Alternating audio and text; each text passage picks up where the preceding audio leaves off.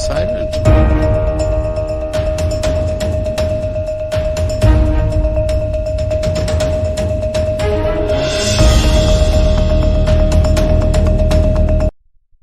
Hello everyone, welcome to Sri Ram's IS YouTube channel. This is your mentor Arzu Kakkad.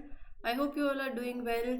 A very happy new year to all of you. उम्मीद करती हूँ, आशा करती हूँ कि ये नया साल आप सबके लिए खुशियों भरा हो. जो भी आपने अपने लिए सोच रखा है, जिसकी आप मेहनत कर रहे हो इतने टाइम से, वो सब चीज़ें पूरी हो. एंड यस, बाकी once again wishing everybody a very very happy new year. Right, तो शुरू करते हैं आज का session. And these are the articles that we have to cover. Will talk about them in detail. शुरू करती हूँ. जैसे जैसे आगे बढ़ेंगे वैसे वैसे चीज़ें क्लियर हो जाएंगी. So let's begin. सेशन अच्छा लगता है तो please make sure that you mark your attendance bye liking the lecture. You can share it with your friends, let others know about this session. And comment section में feedback ज़रूर दो. I am seeing your feedbacks जो last 2 videos में आपने दिए हैं. Thank you for that. It feels great seeing your comments. वो ऐसा होता है कि हमारा दिन बन जाता है, मेरा तो बन ही जाता है जब मैं इतने अच्छे कमेंट्स देखती हूँ कि आपको सेशन अच्छे लग रहे हैं and you are taking the best possible. जितना भी ये these are adding into your preparation. So thank you for liking these sessions. And चलो फिर शुरू करते हैं without taking any time. So let me give you brief about what we will be covering today. तो पहले तो आपके सामने एक योजना है, दैट इज सुकन्या समृद्धि योजना. तो GS paper 2 government policies and interventions से आप इसको लिंक कर सकते हो. कैसी स्कीम है, क्या कुछ है इस स्कीम के अंदर, एलिजिबिलिटी, इसके फीचर्स, काफ़ी कुछ रहेगा इसमें देखने के लिए. सो जैसे जैसे आगे बढ़ेंगे वैसे वैसे आपको चीज़ें क्लियर हो जाएंगी. Then you have Maulana Azad national fellowship. So basically GS paper 2 से भी आप इसको वंस अगेन लिंक कर सकते हो. एंड कौन सी मिनिस्ट्री से एसोसिएटेड है, इसका ऑब्जेक्टिव क्या है और इसका स्कोप क्या है, इम्प्लीमेंटिंग एजेंसी कौन सी है, वो सारी डिस्कशन करेंगे. Then Bhil tribe is in news. आप इसको प्रीलिम्स के पॉइंट ऑफ व्यू से कंसीडर कर सकते हो, इम्पॉर्टेंट है. सो भील ट्राइब के बारे में जानेंगे एंड उनकी रिलीजियस प्रैक्टिसेस कौन कौन सी रहती हैं और बाकी जो भी इंपॉर्टेंट पॉइंट्स इस ट्राइब से एसोसिएटेड होंगे वो सब कुछ होगा. देन जीएस पेपर 3 से आप लिंक कर सकते हो. We have Mukurti national park. कहाँ पड़ता है, कौन सी रिवर इससे एसोसिएटेड है, ये सारी डिस्कशन प्रीलिम्स के पॉइंट ऑफ व्यू से इंपॉर्टेंट है. Then you have Parkinson's disease. Parkinson disease basically why it is in news and इसके बारे में पढ़ेंगे. इसका कॉज क्या है, इसके सिम्टम्स क्या हैं, डायग्नोसिस, ट्रीटमेंट, ये सारी information about this disease. And then no India programme. No India programme basically पहले हम इसी आर्टिकल से ही शुरू करेंगे. वैसे इसके बारे में पढ़ेंगे, इसके फीचर्स के बारे में, एलिजिबिलिटी क्राइटेरिया. जैसे जैसे आगे बढ़ेंगे you will get to know all these things. ये भी आपके जीएस पेपर 2 से आप लिंक कर सकते हो. ठीक है. So without taking any time I think let's simply start this session. कोई भी डाउट होता है with respect to any point, anything, तो you can ask me in the comment section. Okay, let's begin with the first. पहले ना हम no India programme के बारे में डिस्कशन करते हैं. So no India programme is in news and the recent 70th edition of this program had the secretary addressing its closing session at the Ministry of External Affairs. So हमारे लिए important है इस programme के बारे में जानना. Context basically इतना ही है, there was a closing session of it. So as far as No India program is concerned, मैं आपको बहुत ही simple layman terms में समझाती हूँ. ये lines तो आप खुद ही read कर लोगे. फिर मेरा मकसद है कि आप चीज़ों को बस सुनो. Right? No India program is a special program. It is organized by Ministry of External Affairs. Right? Now, under this program, the purpose of this program is to connect with young people of Indian origin, जो 18 साल से 30 साल के बीच में है. So ये 3 हफ्ते का एक 3-week orientation program होता है that is designed to give these youth a deeper understanding of life in present day India. Right. So this program covers various aspects of contemporary India life. And this program has been running since 2003. Right. So एक initiative है for fostering connection with the global Indian diaspora. And recent 70th edition of this program had the secretary addressing its closing session at the Ministry of External Affairs. अब थोड़ा सा इसको और simple करते हैं, थोड़ा सा और इलैबोरेट करते हैं। अब होता क्या है इस प्रोग्राम के अंदर, those who are selected for KIP is this Know India program, they get to visit India। आप 21 days के लिए there's a visit to India। और जो मिनिस्ट्री है वो कवर करती है, जिसके फीचर्स में सारे पॉइंट्स लिखे हुए हैं, हर एक पॉइंट जो मैं आपके साथ शेयर करूंगी, ये every single point is written है। 90% कोर्स, 21 डे का शेड्यूल है, तो ये सारी पॉइंट्स हैं, मैं आपको बता दे रही हूँ ताकि आप फिर इसको जब पढ़ो तो आपके लिए आसान हो जाए, ठीक है। हाँ, तो 21 दिन का विजिट है, आओ इंडिया घूमो। मिनिस्ट्री आपका 90% ऑफ द कोस्ट कवर करती है for their international airfare. Participants cover the remaining 10%। While in India, ministry takes care of their accommodation, their meals, their local transportation also. And then participants gain insights into India's political system, India's economy, society, various sectors जो भी हैं उनके stay के time पे they get insight of all these sectors. Now they explore India's history also, heritage, कैसे, by visiting those historical and culturally significant places, right? Participants get to interact with students, professionals, leaders from different fields. They also have meetings with senior officials also. So as a part of this program, participants go on a 7 to 10 day visit also to one or more Indian states, ताकि वो अपनी understanding को और broaden कर सके। As far as eligibility criteria is concerned for this particular program, the program is for young people of Indian origin, 18 से 30 साल, excluding, with preference given to those from these countries, Mauritius, Fiji, Suriname, right? So applicants should not have taken part in any previous KIP or international program for diaspora youth, study in India program of Ministry of External Affairs or similar government organized programs में there should be no previous participation. So those who have never visited India, they will be given preference.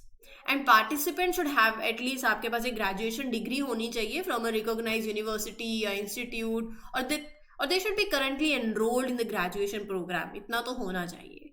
Applicant should be able to speak in English, थोड़ा सा English proficiency हो।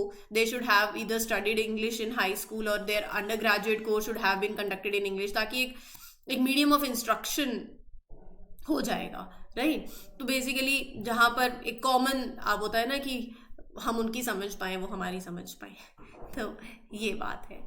अगला जो article है वो है सुकन्या समृद्धि योजना के बारे में। Government recently raise the interest rate on this scheme by 20 basis point to 8.2% from the existing 8%।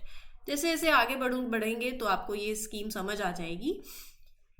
SSY Sukanya Samriddhi योजना इज अ सेविंग स्कीम। 2015 में ये स्कीम लॉन्च हुई थी और ये बेटी बचाओ बेटी पढ़ाओ कैंपेन के अंदर इट फॉल्स अंडर, जिसका एम है टू एडुकेट गर्ल चाइल्ड। उसको प्रमोट करने के लिए ये स्कीम लाई गई थी।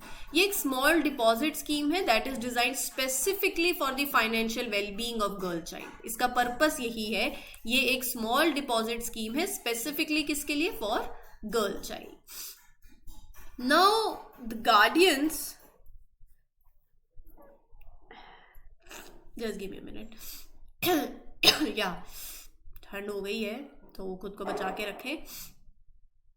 Now the guardians, मतलब parents, legal guardians, they can open a saving account for their girl child. The account can be opened with an authorized commercial bank or India Post branch. तो ये कुछ है कि how it works like, right? तो आप एक girl child के नाम पे you are opening a savings account, और गवर्नमेंट ने क्या किया है, government have increased the interest rate.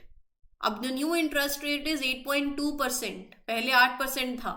तो as far as eligibility criteria is concerned, पहले तो the girl must be an Indian resident. दूसरा, the account can be initiated by the parent or the legal guardian of the girl child, and the girl child must be below the age of 10. जब आप account open कर रहे हो, at the time of opening the account, the girl child must be at the age of 10. So it's a special savings plan for girls that is launched to encourage their education, right? Moving ahead, अब यहाँ पर आपके साथ statement बन सकती है कि क्या सिर्फ एक अकाउंट इज अलाउड पर गर्ल चाइल्ड, अकाउंट लिमिटेशंस में only one, yes only one. Family कितने मैक्सिमम अकाउंट्स ओपन कर सकती है? 2 कर सकती है, irrespective of the number of daughters.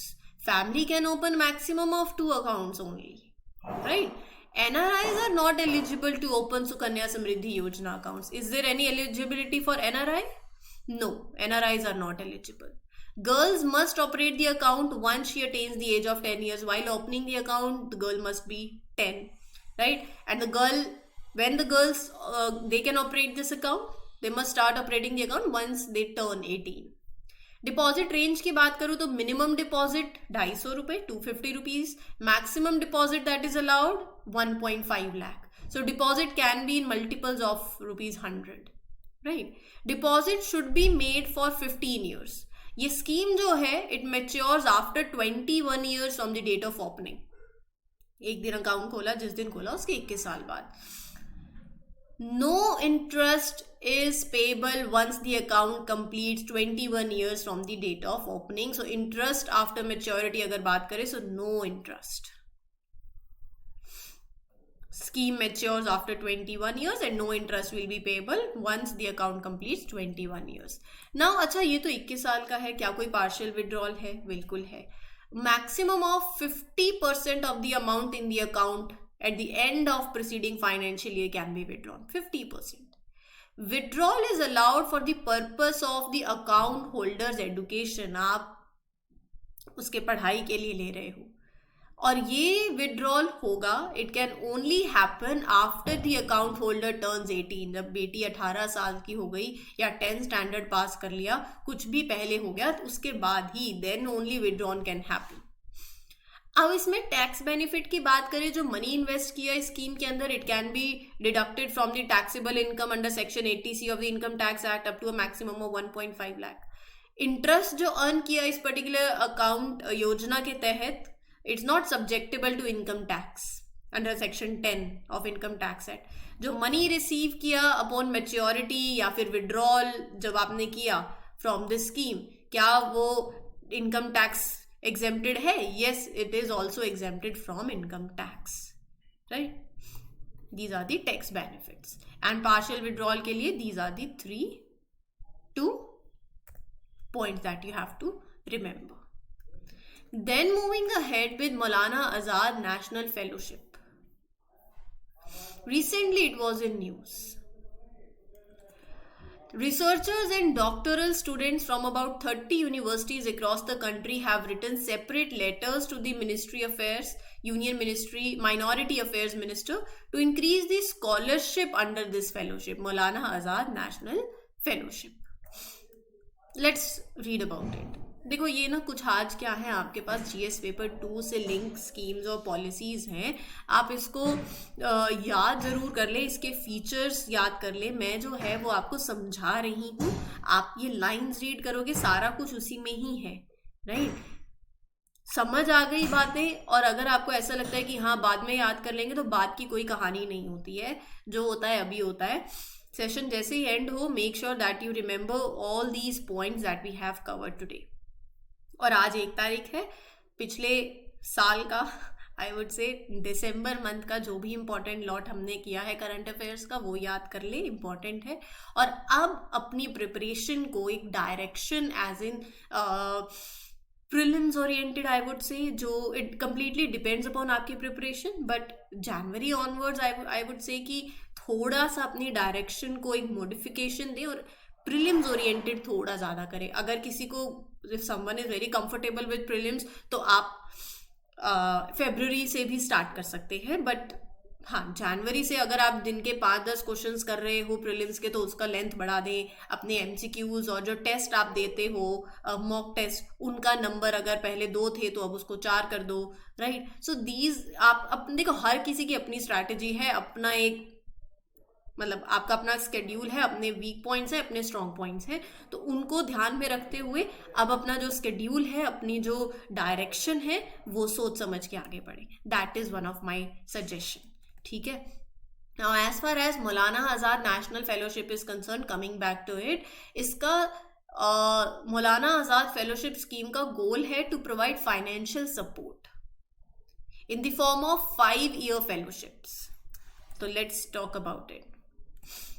तो एक फाइनेंशियल असिस्टेंस देने के लिए ये फेलोशिप है. इसका ऑब्जेक्टिव यही है. It is granted to the students who are belonging to 6 notified minority communities: Buddhist, Christian, Jain, Muslim, Parsi, Sikh, notified by the central government. किस लिए? Basically to pursue MPhil and PhD. ठीक है. So the financial assistance is specifically for the students who are pursuing MPhil and PhD degrees. Now this scheme covers all types of universities and institutions that are recognized by UGC. State universities, central universities, deemed universities. So all these universities are covered.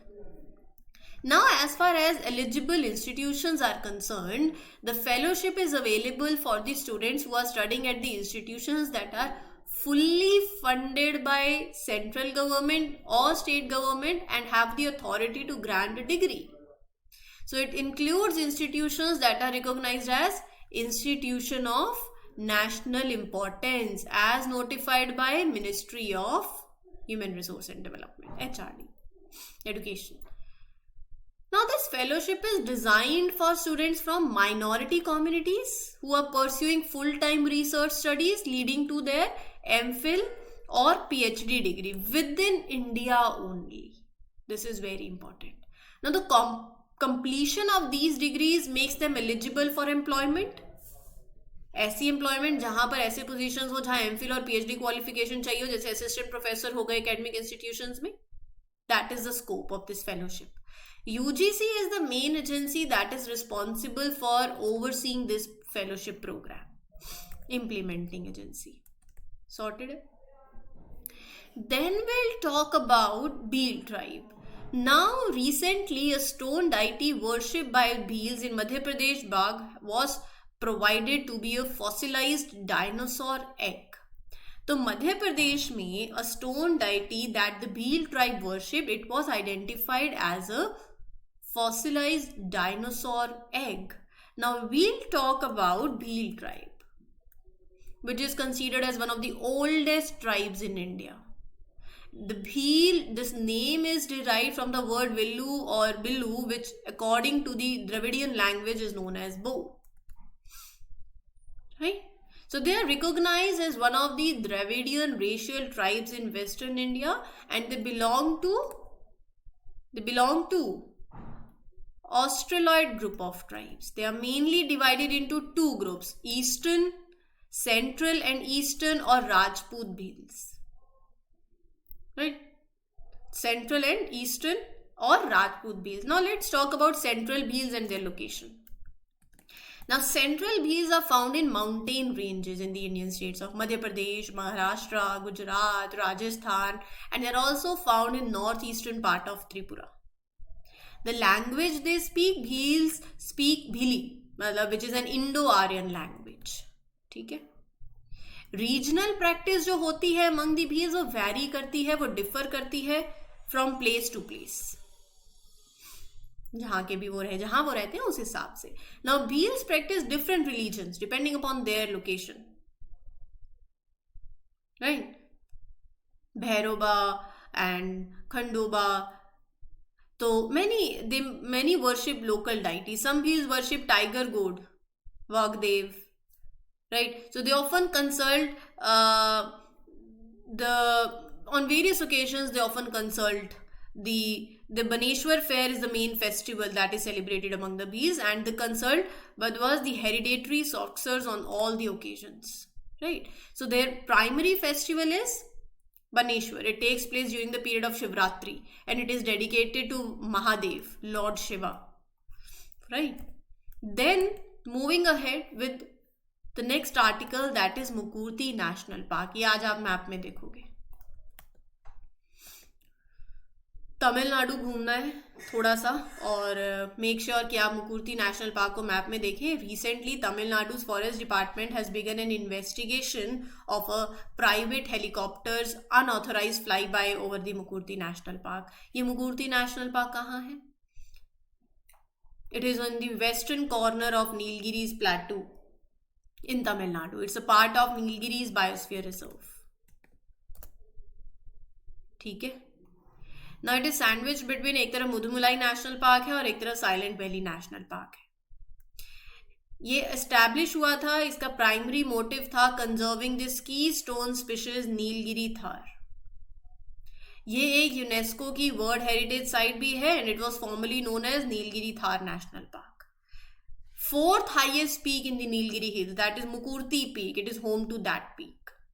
Rivers Paikara and Kundh river flow through this particular park along with several other perennial streams भी हैं जो जहाँ से बहती हैं and originate in the park and they drain into Bhawanipur.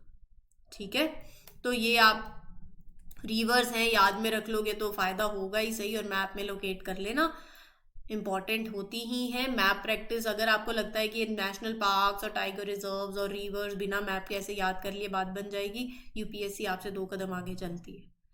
तो catch करना है अगर तो मैप जरूर देख लेना। वेजिटेशन की बात करूँ, so it is covered with shrubs and mountainous grasslands.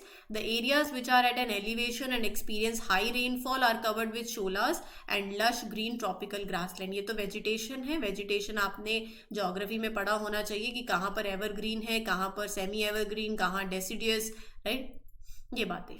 और फ्लोरा की बात करूँ तो वही शोलास, रोडोडेंड्रॉन, सिनेमन, रास्पबेरीज, ये आपको यहाँ पर देखने को मिलेंगी। और फना में नीलगिरी थार, इंडियन एलिफेंट, नीलगिरी लंगूर, बंगाल टाइगर, तो ये सारे स्पीशीज आपको देखने को मिलेंगे। Next in news is your Parkinson disease. Indian brain researchers recently discovered how a complex interplay between 2 crucial brain chemicals led to this development. क्या होता है? ये एक न्यूरोलॉजिकल डिसऑर्डर है। ये एक न्यूरोलॉजिकल डिसऑर्डर है that is affecting the nervous system and parts of the body controlled by nerves. So people with Parkinson's, they have limited or no control over their movements and body balance. So the complex interplay between 2 crucial brain chemicals is identified as a key factor in the development of Parkinson's. जैसे जैसे age बढ़ती है, with increasing age the risk of developing Parkinson disease increases. On an average जब इंसान 60 साल तक का होता है, typically starts around that. So studies suggest that men are more likely to be affected by this disease than women. Right? Now, इसके कारण क्या है? It is caused by degeneration of nerve cells in the part of brain. Right? अगर इतनी depth में नहीं जाना है, डोंट वरी, थोड़ा सा एक आइडिया ले लो, कहीं पर भी काम आ सकता है. Now, it is caused by the degeneration of nerve cells in the part of brain which controls the movement, substantia nigra. Now these cells either die or they become impaired, leading to lack of production of the very important chemical आपने सबने सुना होगा, dopamine. Dopamine works with our neurotransmitters. It helps to coordinate the movement of millions of nerve and muscle cells. Now this deficiency of dopamine results in symptoms like slow movements होंगे and tremors in the Parkinson disease. So Parkinson disease के symptoms क्या होते हैं? कुछ mild होते हैं, कुछ आप अननोटिस हो जाते हैं. जैसे symptoms often start on one side of the body, usually remain more severe on that side. Right? Tremors, shaking in hands, arms, legs, rigidity, slowness of movement, impaired balance, coordination. फिर उसके बाद you have difficulty in swallowing, chewing, speaking, constipation, skin issues, emotional changes, disrupted sleep. These are the symptoms. Currently there are no specific blood laboratory या फिर कोई ऐसे radiological test available हो to diagnose, ऐसा नहीं है. But as far as treatment is concerned, there is no cure for Parkinson's. But treatments जो है that can improve the symptoms, मतलब वेरियस मेडिकेशंस हो गई, थेरेपीज हो गई, लाइफस्टाइल एडजस्टमेंट्स हो गया, they can use to manage और इसके इम्पैक्ट को थोड़ा सा कम किया जा सकता है. Right, this is what Parkinson disease is. उम्मीद करती हूँ आपको ये लेक्चर क्लियर हो गया हो. कोई डाउट हो तो you can ask me in the comment section. This is your mentor Arzu Kakkad signing off for this lecture. Happy learning everyone. All the best. Take care. Thank you.